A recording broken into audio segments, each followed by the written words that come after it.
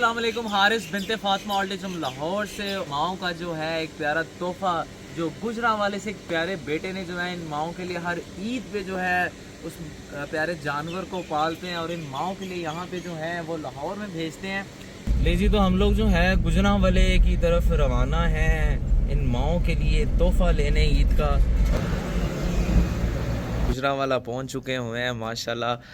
भाई हमेशा कहते हैं मैं वीडियो में नहीं आऊँगा और इस दफ़ा जो है उन्होंने मुझे कहा ये चार हैं, इनमें से जो इन माओं के लिए पसंद आए आप जो है ना वो गाड़ी में रख के इसको ले जाएं। जी तो माशाल्लाह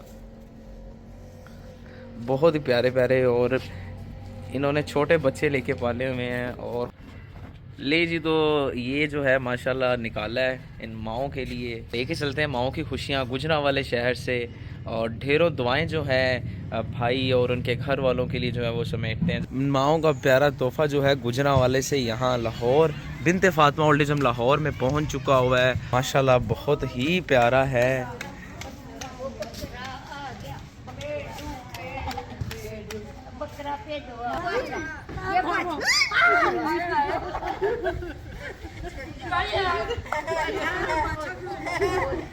ये जी जो हर दफ़ा गुजरांवाले से जो बकरा भेजते हैं शज़ेब भाई, ये उनकी तरफ से जो है ना माशाल्लाह इस दफ़ा जो है ना ये छतरा आया आप लोगों के लिए।